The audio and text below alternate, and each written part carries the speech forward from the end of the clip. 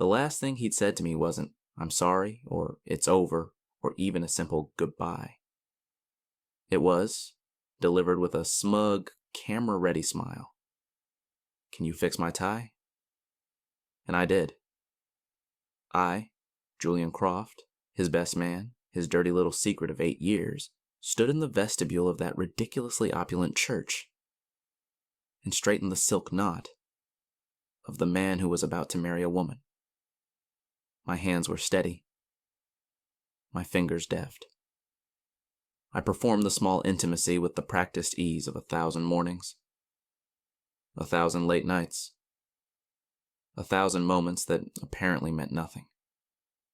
I adjusted the dimple, smoothed the lapels of his bespoke tuxedo, and met his eyes in the mirror. He wasn't looking at me. He was looking at his reflection, a groom, a pillar of the community, a man about to complete the perfect picture. I was just a smudge on the glass, something to be wiped away. So I ran. I didn't stay for the vows. I didn't watch him slide a ring onto her finger. I walked out of that church, got into my perfectly respectable, perfectly sensible sedan, and just drove. I drove north, away from the city, away from the life that had been a beautiful, elaborate lie. I drove until the skyscrapers bled into suburbs, the suburbs into farmland, and the farmland into the hard, indifferent shoulders of mountains. I didn't have a destination. The point wasn't to arrive somewhere. It was to be nowhere. To be so thoroughly gone that the ghost of my own life couldn't find me. 300 miles later, the car started to shudder. A pathetic cough, a lurch, then a final wheezing gasp as the engine died. I coasted to the side of the 2-lane road, the silence that flooded the cabin more profound than any I had ever known. On either side of me, towering pines clawed at a sky the color of a fresh bruise. There were no houses, no lights, no signs of life. Just the wind whispering through the trees, a sound that felt less like nature and more like the world pitying me. I rested my forehead against the steering wheel, the cheap plastic cool against my skin. It was fitting, really. Stranded. Broken down. A perfect metaphor for the man who had just fixed his ex-boyfriend's wedding tie. A fat drop of rain hit the windshield, then another and another. Within a minute, the bruised sky wept in earnest, the downpour turning the asphalt black and glossy. I wasn't just stranded. I was stranded in the overture to a horror movie. I closed my eyes, a bitter laugh bubbling in my chest. Of course. This was my penance, for being so stupid, for believing his promises whispered in the dark that this was all temporary, that one day we'd be the ones standing up there. I was so lost in the swirling vortex of my own self-pity that I almost didn't see the headlights. They appeared in my rearview mirror, 2 yellow eyes cutting through the deepening gloom. A truck, old and battered, slowed as it approached, its engine a low, rumbling growl that seemed to vibrate in my bones. It pulled up alongside me, and the passenger window rolled down with a reluctant squeak. The man inside was a silhouette against the failing light, but I could make out the shape of a worn baseball cap and a broad set of shoulders. "Everything all right?" His voice was deep, calm, carrying easily over the drumming rain. Pride, that stubborn, useless bastard, was the first thing to answer. "Fine," I called back, my voice sounding thin and reedy. "Just a little car trouble." The silhouette was still for a moment. "Bit more than a little if you're dead in the water in a storm like this." He wasn't being cruel, just stating a fact. "Pop the hood." It wasn't a question. My first instinct was to say no, to wave him on, to sit here and marinate in my misery until I rusted into the driver's seat. But then a jagged spear of lightning split the sky, followed a second later by a crack of thunder so loud it shook the car. My pride evaporated, replaced by the cold, sharp reality of my situation. I was alone, miles from anywhere, and a storm was breaking directly overhead. I pushed the door open, the wind snatching it from my hand, and stepped out into the deluge. The rain was cold, instantly soaking through my expensive suit jacket, plastering my hair to my scalp. I fumbled with the latch under the steering wheel, and then went to the front of the car, rain sluicing into my eyes. I lifted the hood, staring at the incomprehensible tangle of wires and metal within. I knew as much about engines as I did about nuclear physics. The man from the truck was beside me now, and my first clear look at him did little to calm my city-frayed nerves. He was tall, built like the mountains around us. Solid, weathered, and unadorned. His face was all harsh angles and shadows under the brim of his cap, with a few days of dark stubble on his jaw. He wore a canvas jacket that had seen years of hard work, and his hands, as he braced one on the frame of my car, were calloused and capable. He leaned over the engine, a small flashlight held in his teeth, and the beam cut a sharp cone through the rain. He didn't say a word for a full minute, just looked, and his brow furrowed in concentration. "Well?" I asked, shouting to be heard over a renewed roll of thunder.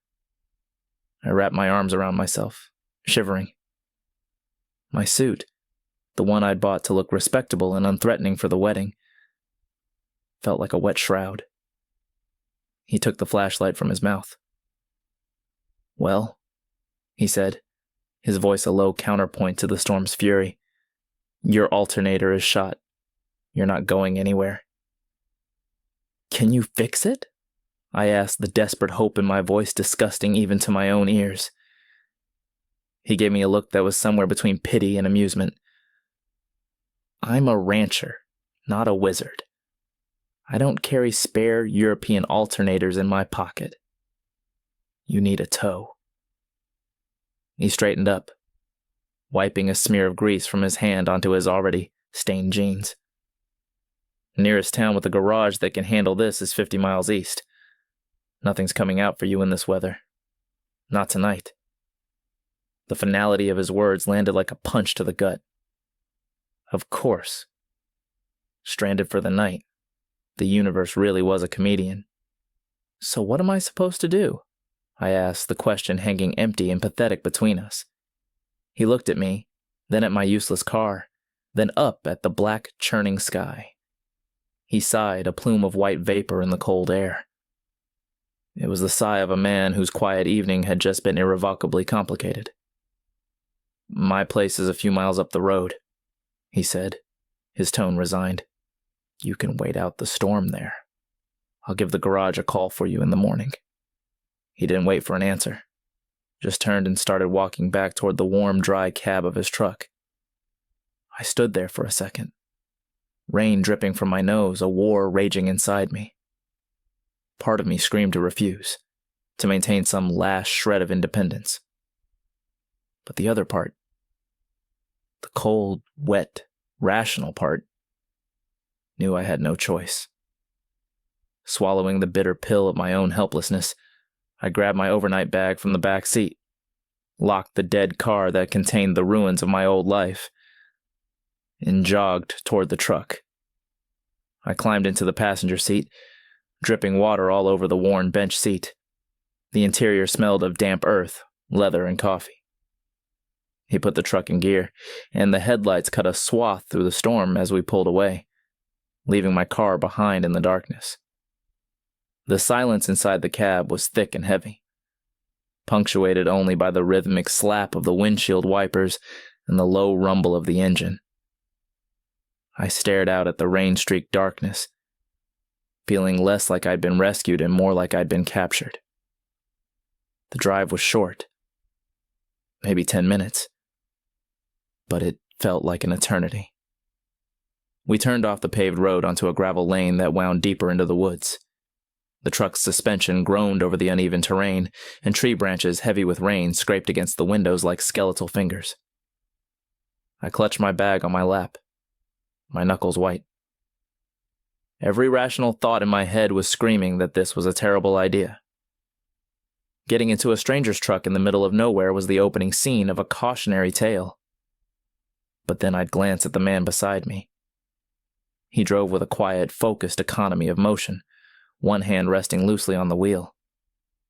There was nothing menacing about him, He just seemed solid, grounded, a part of this wild landscape, not an intruder in it. Finally, we broke through the trees into a clearing.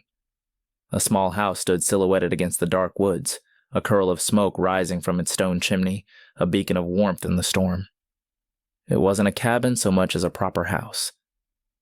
Built of dark, thick logs, with a wide porch and large windows that glowed with a soft yellow light. It looked handmade, sturdy, as if it had grown right out of the earth. He parked the truck near a woodpile neatly stacked under a lean-to, and killed the engine. "Here we are," he said, the first word spoken since we'd left my car. We ran through the last few feet of rain to the porch.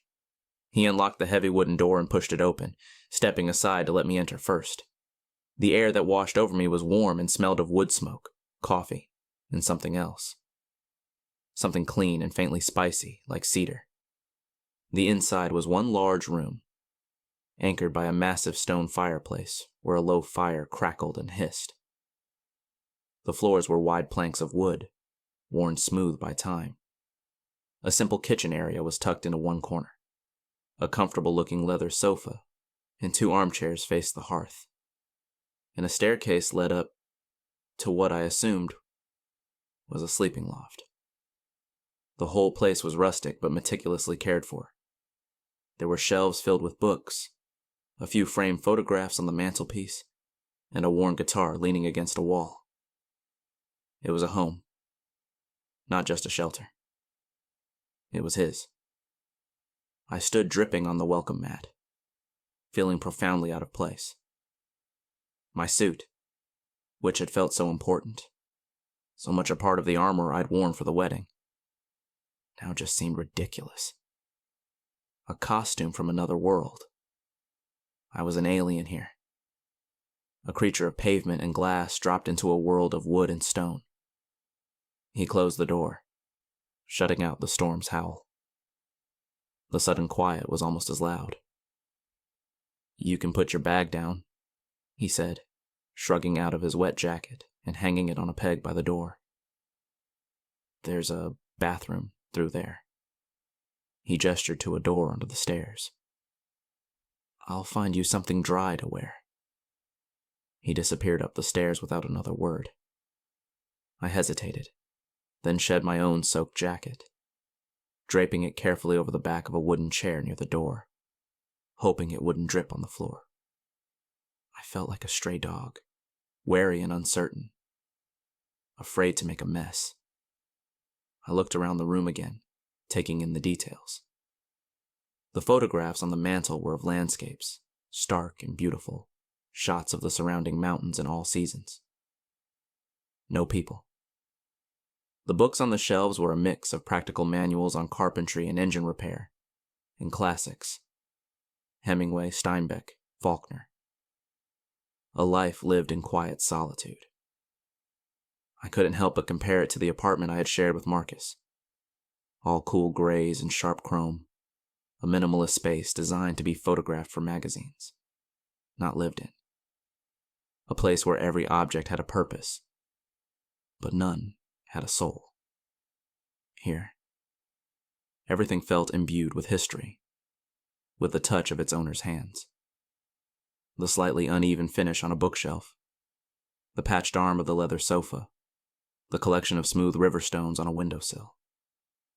He came back down the stairs and handed me a soft pile of clothes, a dark green flannel shirt, a pair of worn-in jeans, and thick wool socks.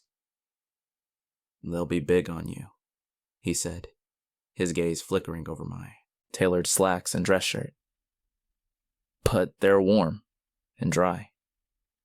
"Thank you," I said, my voice barely a whisper. I took the clothes and retreated to the small bathroom. I peeled off my wet things, my skin chilled and clammy. I looked at myself in the small mirror over the sink. I looked like a drowned rat. The confident, put-together man who had walked out of his apartment that morning was gone, replaced by this pale, shivering creature with haunted eyes. I splashed cold water on my face, trying to wash away the last 24 hours. It didn't work. I pulled on the borrowed clothes. He was right. They were big. The jeans hung loose on my hips, and the flannel shirt felt like a blanket around my shoulders. But they were soft and smelled faintly of him. That cedar and wood smoke scent. It was strangely comforting, like burrowing into a safe den. When I emerged, he was in the kitchen area pouring steaming water from a kettle into 2 thick ceramic mugs. "Tea," he said, without turning around. "Or I've got whiskey if this day calls for it." "Whiskey," I said, surprising myself with the quickness of my reply. "Definitely whiskey." He nodded, adding a generous splash of amber liquid to each mug from a bottle on the counter. He handed one to me, his fingers brushing mine. His skin was warm and rough, a startling contrast to my own. The jolt was so unexpected I almost dropped the mug. I steadied it with both hands, the heat seeping into my cold fingers. "Thanks," I mumbled, avoiding his eyes. We migrated to the 2 armchairs in front of the fire. I sank into one, the worn leather sighing under my weight. He took the other, stretching his long legs out toward the hearth. We sat in silence for a long time. The only sounds the crackle of the fire and the steady drumming of the rain on the roof. The storm outside was a wild, raging thing, but in here, it was peaceful. Safe. I took a sip of the hot whiskey. It burned a welcome path down my throat, unknotting something tight in my chest. I watched him, my rescuer, my reluctant host. He stared into the flames, his profile etched by the flickering light. The harsh lines of his face seemed to soften in the firelight. He looked thoughtful, perhaps a little weary. I wondered what he was thinking, what he made of the drenched, miserable city boy who had washed up on his doorstep. He must have felt my gaze because he turned his head and looked at me. His eyes were a startlingly clear hazel, and they held a directness that I found both unnerving and compelling. There was no artifice in his look, no hidden agenda. He was just looking. "You running from something or to something?" he asked, his voice quiet. The question was so simple, so devoid of judgment, that it disarmed me completely. The lie I'd told myself, that I was just going for a drive, felt flimsy and transparent under his steady gaze. The truth came out before I could stop it. "From," I said, my voice rough. I cleared my throat and looked down into my mug. "Definitely from." He didn't press. He just nodded, a small, accepting motion, and turned his attention back to the fire. That was it. No prying, no from what. Just a quiet acknowledgement. And in that simple act of acceptance, a tiny, hairline crack appeared in the wall I had built around myself. I had spent years learning to perform, to be the person Marcus wanted me to be, the person society would tolerate. I'd forgotten what it felt like to just be, and to have that be enough. I risked another glance at him. "I'm Julian, by the way," I offered into the quiet. He looked back at me, a faint hint of a smile touching the corners of his mouth. "Sam," he said. We finished our drinks in a comfortable silence that felt less like an absence of words and more like a shared understanding. The whiskey, the fire, and the sheer exhaustion of the day were beginning to catch up with me. My eyelids felt heavy. "You can take the loft," Sam said, noticing my yawn. "The bed's made up. I'll take the sofa." "No, I couldn't," I protested immediately. "This is your home. I'm the intruder. I'll take the sofa." He gave me a look that was not unkind, but left no room for argument. "The bed in the loft is more comfortable. You look like you could use a good night's sleep. I'm fine down here." He stood up, stretching his arms over his head, the movement pulling the worn fabric of his shirt taut across his broad back. "Blankets and pillows are in the chest at the foot of the bed. Bathroom's free if you need it." Defeated by his simple, unyielding logic, I nodded. Thank you, Sam, for everything. Don't mention it, he said, already pulling a thick quilt from a wooden chest near the fireplace. We look out for each other up here. It's just what you do. I climbed the solid wooden stairs to the loft. It was a simple, spacious area under the angled roof, dominated by a large bed with a beautiful handmade quilt. A single window looked out into the black, rain-swept night. I sat on the edge of the mattress, the silence of the house pressing in on me. Down below, I could hear the soft sounds of Sam moving around, banking the fire for the night, the clink of our mugs as he placed them in the sink. These small, domestic sounds were a strange comfort. I was in a stranger's house, 100 miles from anything familiar. And yet, for the first time all day, the frantic, terrified buzzing in my veins had started to quiet. I was still lost. But for tonight, at least, I was safe. I crawled under the heavy quilt, the sheets cool against my skin, and fell into a deep, dreamless sleep, the sound of the rain on the roof a gentle lullaby. I woke to the smell of coffee and bacon, and the quiet sounds of a house already awake. Sunlight, pale but determined, streamed through the loft window. The storm had passed. The world outside was washed clean, dripping in green. I lay still for a moment, disoriented. The ceiling above me was angled wood, not the flat white plaster of my apartment. Then, it all came rushing back. The wedding, the drive, the breakdown, the storm. Sam. I sat up, running a hand through my sleep-tangled hair. My suit was draped neatly over the railing of the loft, dry now but hopelessly wrinkled. Down below, Sam was at the stove, a spatula in his hand, his back to me. He was wearing a different shirt, but the same worn jeans.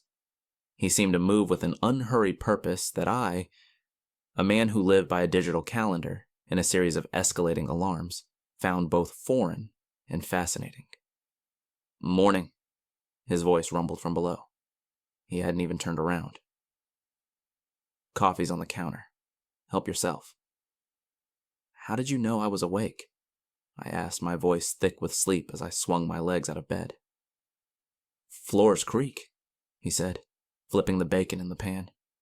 Mugs are next to the coffee pot. I made my way down the stairs, feeling self-conscious in his borrowed clothes. I poured myself a mug of coffee. It was black, strong, and delicious. I leaned against the counter, sipping it, watching him. He cracked eggs into the sizzling bacon fat, his movements efficient and precise. There was no wasted motion. I called the garage in town while you were sleeping, he said, sliding the perfectly cooked eggs onto 2 plates.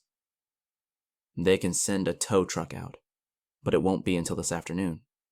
They're swamped from the storm. Oh. The thought of imposing on him for another half a day made my stomach clench with anxiety. Right. Of course, I can wait outside or something. I don't want to be in your way. Sam turned from the stove, plates in hand, and fixed me with a level gaze. Don't be an idiot, Julian, he said, his tone matter-of-fact, not cruel.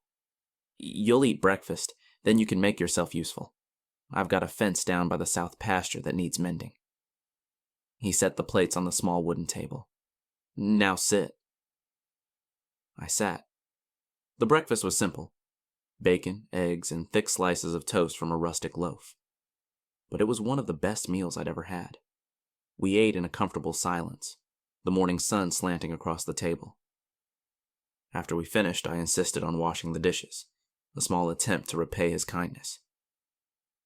He didn't argue, just dried them as I washed, our shoulders occasionally brushing in the small space by the sink. Each touch was an electric spark that I tried my best to ignore. An hour later, we were walking across a wide, green pasture under a clearing sky. The air was crisp and smelled of wet earth and pine. Sam carried a post hole digger and a roll of wire over his shoulder with an ease that I envied. I trailed behind, carrying a hammer and a coffee can full of staples, feeling soft and useless. The fence in question had been crushed by a fallen pine tree during the storm. "So," I said, looking for something to fill the silence as he began to clear the broken branches. "You do all this by yourself?" I gestured vaguely at the vast expanse of land around us, the barn in the distance, the sturdy-looking house on the hill. "Mostly," he said, not looking up from his work. He tossed a heavy branch aside as if it were a twig. "Got a neighbor who helps with haying season, but day to day it's just me." "Why?" The question was out before I could censor it. It felt too personal, too prying.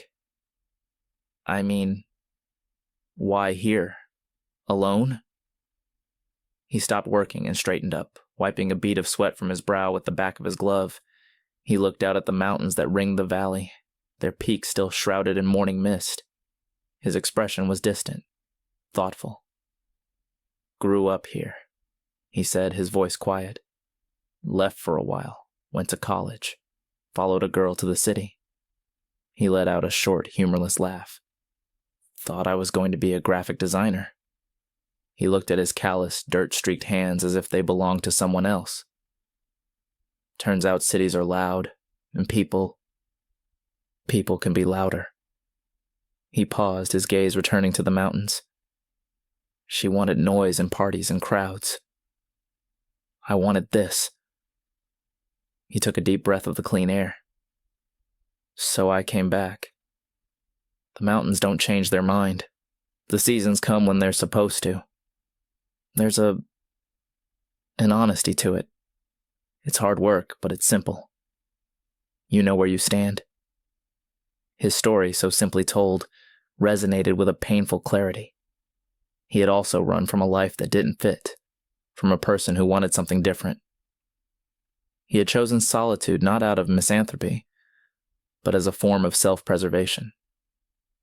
He had come home. I, on the other hand, had no home to run back to. The life I'd had was a mirage, and the one before, it was something I'd been desperate to escape. I was adrift. "I get that," I said softly. "The honesty." Sam looked at me then. A real, searching look. He saw the truth of my words in my eyes. He gave a slight nod, an acknowledgement of our shared wound, and then turned back to the fence. "Hand me that hammer, will you?" he said. And just like that, the moment of vulnerability was over. But the connection it had forged remained, shimmering in the quiet air between us. The work was hard. My office soft hands were clumsy with the tools. I struggled to hold the fence posts steady while Sam tamped the earth around them, my muscles screaming in protest. He never once mocked my incompetence. He just corrected me gently, his instructions clear and patient. "Hold it steady now. Little more to the left." Good. At one point I fumbled with a staple, dropping the hammer and smashing my thumb against the wooden post. I swore, snatching my hand back, a sharp, throbbing pain radiating up my arm. "Let me see," Sam said, his voice instantly concerned. He was beside me in 2 long strides. He took my hand in his grip surprisingly gentle. My thumb was already swelling, a dark purple blooming under the nail. "It's fine," I insisted, trying to pull my hand away, embarrassed by my own clumsiness, and even more so by the jolt of awareness that shot through me at his touch. "It's not fine, you'll lose the nail," he said, his voice firm. He didn't let go. His thumb stroked softly over my wrist, a soothing, almost absent-minded gesture that made my breath catch in my throat. He was so close I could see the flecks of gold in his hazel eyes, smell the scent of sawdust and sweat on his skin. The world seemed to narrow to the space between us, to the feeling of his rough, warm hand holding mine. The pasture, the mountains, the broken fence, it all faded away. There was only the throb of my thumb and the much louder, more insistent throb of my heart. He held my gaze for a long moment, and the air between us shifted. The easy camaraderie of the morning thickened into something else. something charged and electric. The air crackled with unspoken things. I saw a question in his eyes, a flicker of the same startling awareness I felt. The moment stretched, taut and fragile, until he finally cleared his throat and released my hand, the spell breaking. "Come on," he said, his voice a little rougher than before. "Let's get some ice on that. The fence can wait." He walked back toward the house, and I followed, my mind reeling. My injured thumb was forgotten, replaced by the ghost of his touch on my skin. I had come here to escape feeling anything, to numb myself to the pain of a colossal heartbreak. But this man, with his quiet competence and his unexpected gentleness, was making me feel everything. And it was terrifying. The rest of the day passed in a haze of simmering tension. We sat in the kitchen while I held a bag of frozen peas on my thumb. We didn't talk much, but the silence was different now. It was no longer comfortable. It was heavy with things unsaid. I was acutely aware of him in a way I hadn't been before. I watched the way his throat moved when he drank his coffee, the way he leaned back in his chair, the solid presence of him filling the room. He would catch me looking, and his eyes would hold mine for a beat too long. A silent conversation happening just beneath the surface. I felt like I was losing my mind. This was insane. I was a mess, shattered by a man I had loved for nearly a decade. I was in no shape for whatever this was. This feeling was a betrayal of my own pain, a reckless leap I was terrified to even contemplate. Marcus had been charming, witty, the life of every party. He had swept me off my feet with grand gestures and beautiful words. Sam was the opposite. He was quiet, grounded, his kindness expressed not in words but in action. In a shared meal, a dry set of clothes, a gently tended wound. It was a language I was unaccustomed to, but one my soul was beginning to understand. Late that afternoon, the phone rang, startling me. Sam answered it. It was the garage. The tow truck was on its way. It would be here in an hour. An hour. The word echoed in the sudden silence of the room after he hung up. 1 hour and I would be gone. I should have felt relieved. My escape from this strange limbo was imminent. Instead, a cold dread pooled in my stomach.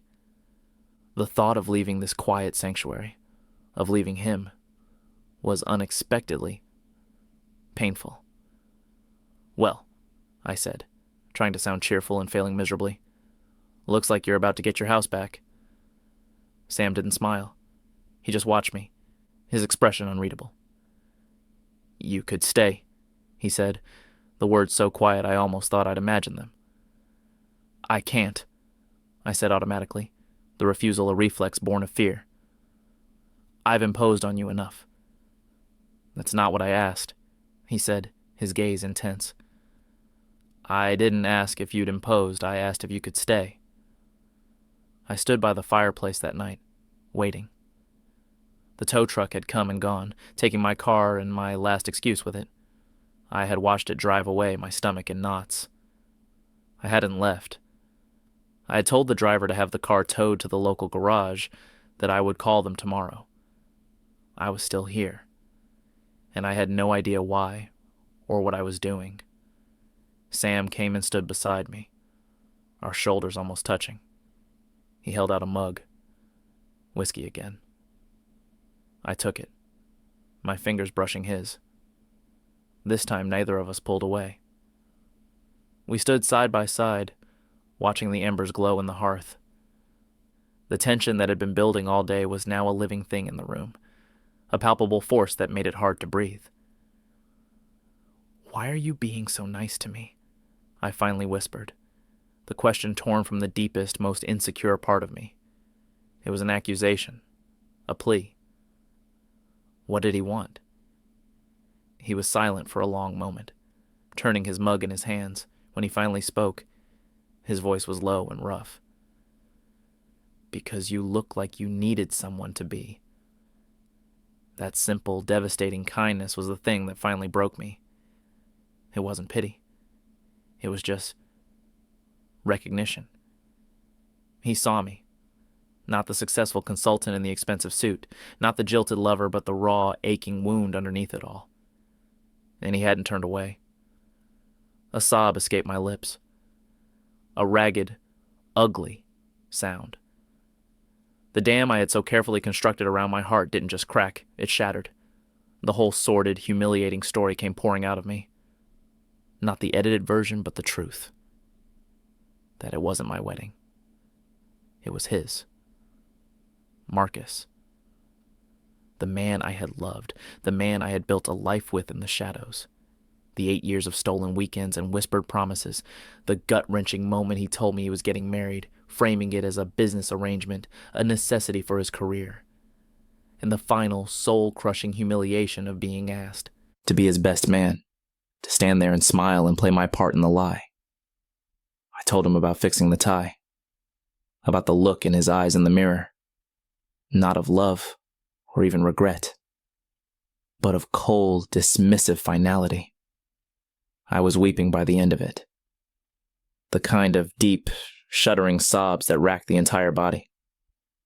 I sank into the armchair, hiding my face in my hands, ashamed of my own weakness, my own monumental stupidity. I waited for the platitudes. The I'm sorries and you're better off without hims. They never came. Instead, I felt a presence in front of me. I looked up through my tear-blurred vision. Sam had moved from the hearth and was kneeling on the floor in front of my chair. He didn't say anything. He just waited, his hazel eyes full of a profound, quiet empathy that was more comforting than any words could ever be. When my sobs finally subsided into shaky, hiccuping breaths, he reached out and gently, so gently, cupped my face in his big, warm hands. His calloused thumbs wiped the tears from my cheeks. "You're not broken," he said, his voice a gravelly whisper that seemed to vibrate right through me. "You're just bruised."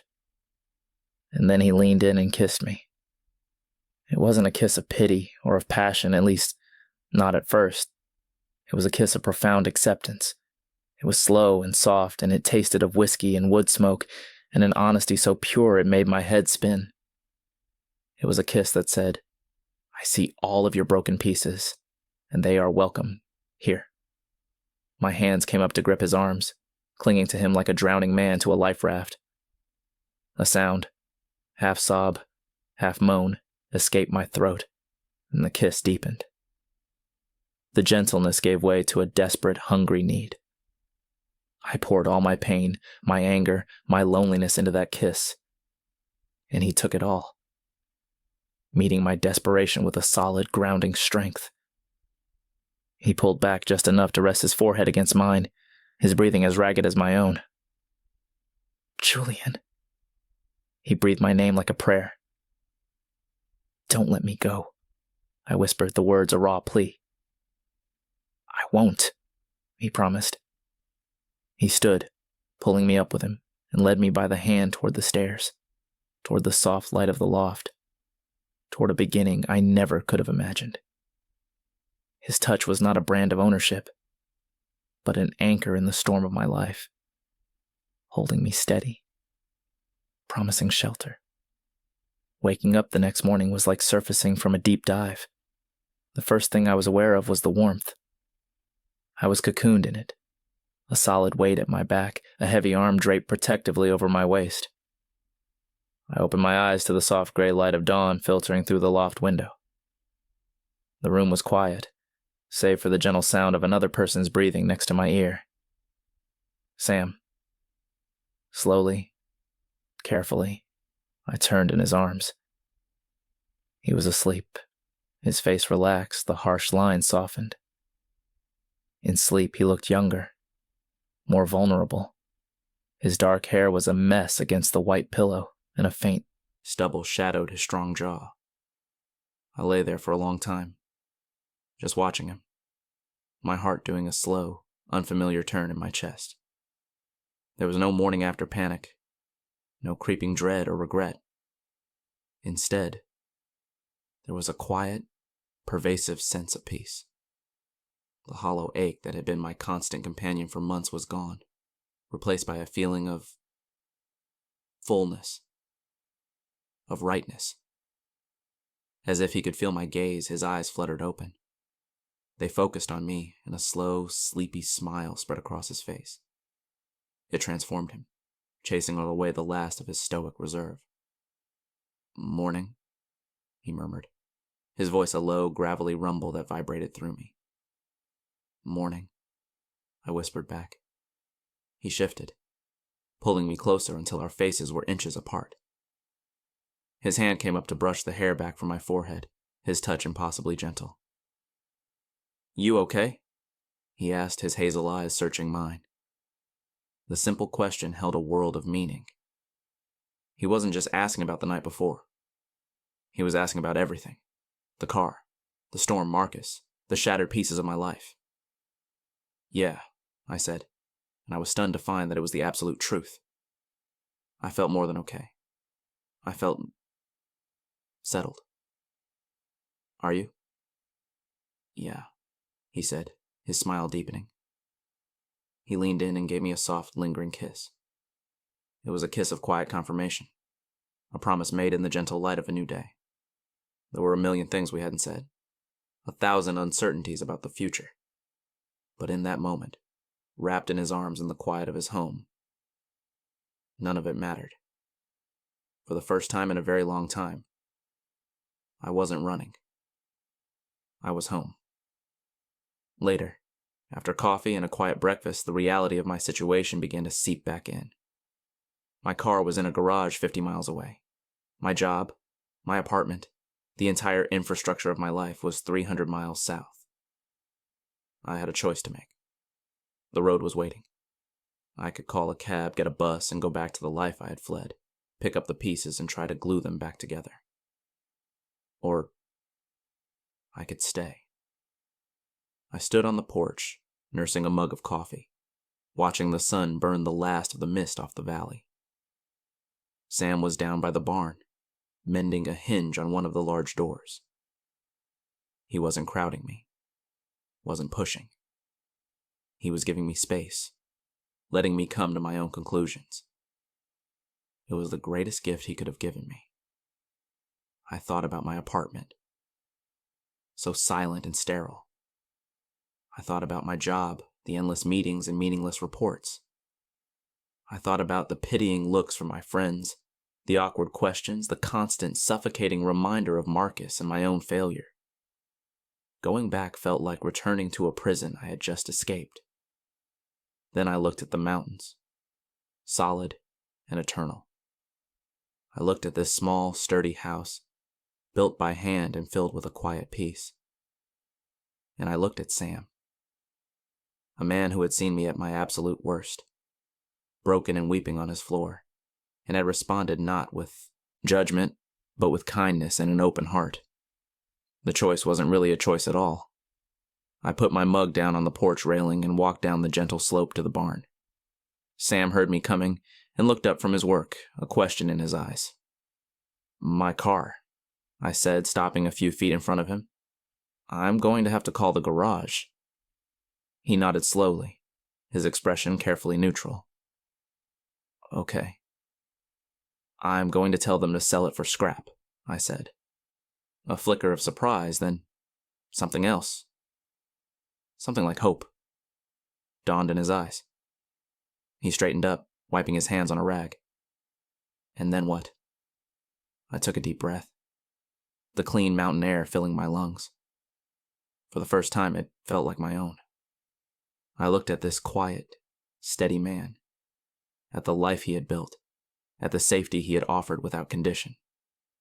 I thought of all the years I had spent making myself smaller, quieter, more convenient for someone else's comfort. I was done with that. "And then," I said, a real smile, my first in what felt like a lifetime spreading across my face. "I was thinking I might stay for a while, if the offer's still good." Sam's answering smile was slow and deep. a sunrise over the mountains. It reached his eyes, crinkling the corners, and it was the most beautiful thing I had ever seen. "Julian," he said, his voice full of a quiet, certain warmth. "The offer's still good."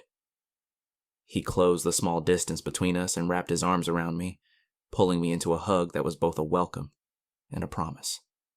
As I rested my head on his solid shoulder, I knew I wasn't just staying in a place. I was choosing to stay with a person.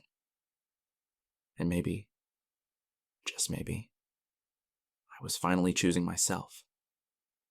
Have you ever had to make the choice between running from a painful past and taking a terrifying chance on an unknown future? It's not always the easy choice that's the right one. If you enjoyed Julian and Sam's story, please give this video a like, subscribe for more, and let me know in the comments what you would have done.